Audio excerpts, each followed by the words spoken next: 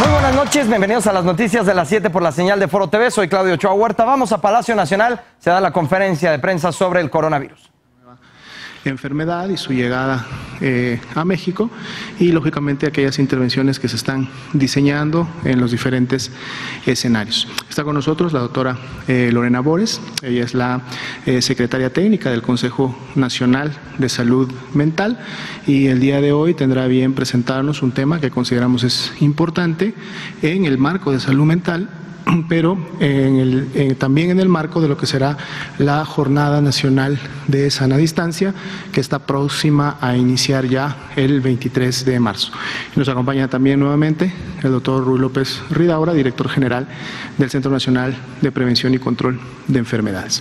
Entonces, si me lo permiten, procederemos a presentar el panorama internacional y nacional.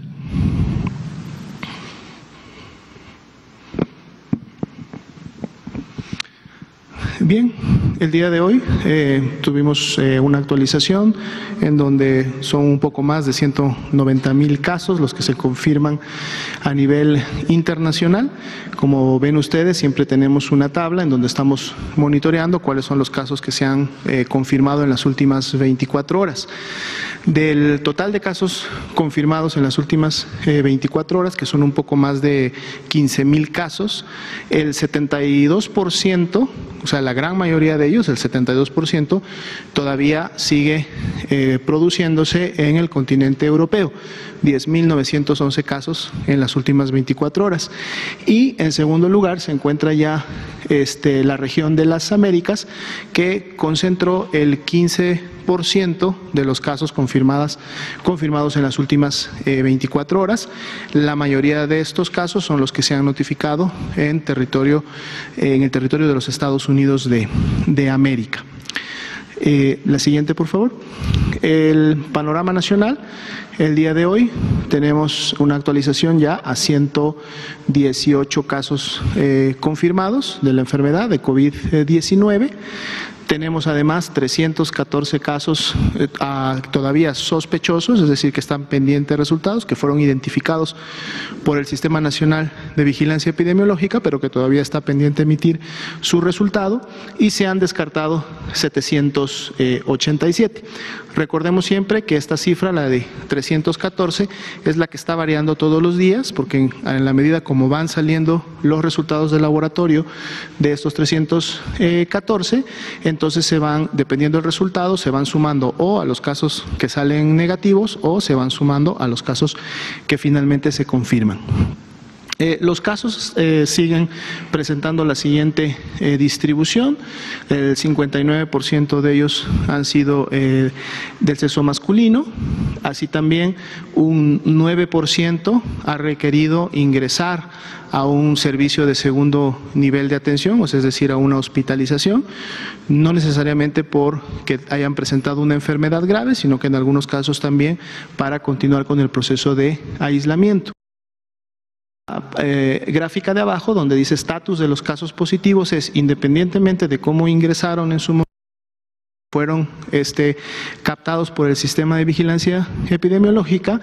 Este es el estatus que guardan los casos en las últimas 24 horas, en donde todavía la mayoría sigue siendo o estando en atención ambulatoria. Son estos casos que están cursando un resguardo en su domicilio, que por su enfermedad leve no requieren de estar hospitalizados, son el 89%, y del grupo que está en hospitales, el 7% se reporta como estables, o sea, del total de casos confirmados, y seguimos teniendo 2% de casos graves, además de los recuperados, que los tenemos en la tablita de abajo azul, que son 3, que se tiene ya la evidencia con el resultado del laboratorio que se toma todavía actualmente de un caso que ha cursado con sus 14 días de aislamiento y donde tenemos un resultado negativo para verificar o certificar que efectivamente la recuperación ha sido completa.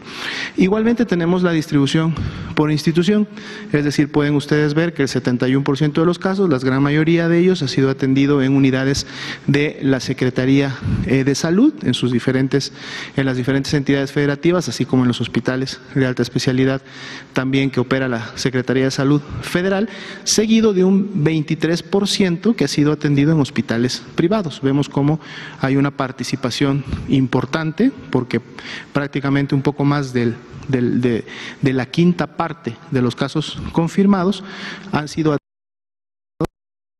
privados. También tenemos participación de las otras instituciones como el IMSS, como el ISSSTE o algunas más que también han atendido alguno de estos casos.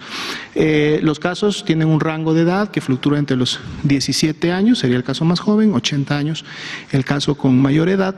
Sin embargo, la media, es decir, la mayoría de ellos, la mediana, están en 41.5 años de edad. En la siguiente vemos lo que significa lo que es el seguimiento de contactos. Como ustedes saben, es muy importante el seguimiento de contactos porque precisamente de ahí nos permite identificar cómo se puede estar transmitiendo y dispersando la enfermedad. Ayer hablábamos de un 9% sintomáticos, el día de hoy es 10% de sintomáticos, es decir, del total de contactos, el 10% presentó síntomas. Estos representan 47 contactos que presentaron síntomas. Se toman muestras porque en el momento que un contacto presenta síntomas, se convierte inmediatamente en un caso sospechoso. Tenemos ahora 11 resultados positivos a SARS-CoV-2, es decir, son 11 casos que se consideran como asociados a importación, es decir, que se contagiaron de un primer caso importado con el cual lógicamente tenían un contacto. Ayer hablábamos que de estos casos que son asociados a importación también se había identificado un brote familiar, es decir, familiares directos cercanos o intradomiciliarios que se habían contagiado y habían desarrollado la enfermedad. El día de hoy se identifica un segundo brote familiar, por lo tanto tenemos ya 2 brotes identificados, con lo cual pues seguimos todavía en el marco de lo que se ha planteado como el escenario 1. ¿Dónde están distribuidos estos 11 casos asociados a importación? Los pueden encontrar también en la información, 3 en la Ciudad de México, 2 en Querétaro, 1 en el Estado de México, 1 en Quintana Roo, 2 en Puebla, 1 en Guerrero y 1 en Jalisco. Gracias. En la siguiente parte vamos a pedirle a la doctora Lorena Bores que nos presente el tema que habíamos comentado. Muchas gracias, José Luis. Bueno, buenas noches a todas y a todos. El día de hoy queremos tocar un punto importante acerca de lo que puede ser alguna afectación psicológica, pero también algunas estrategias de afrontamiento para la futura Jornada Nacional de Sana Distancia que en breve...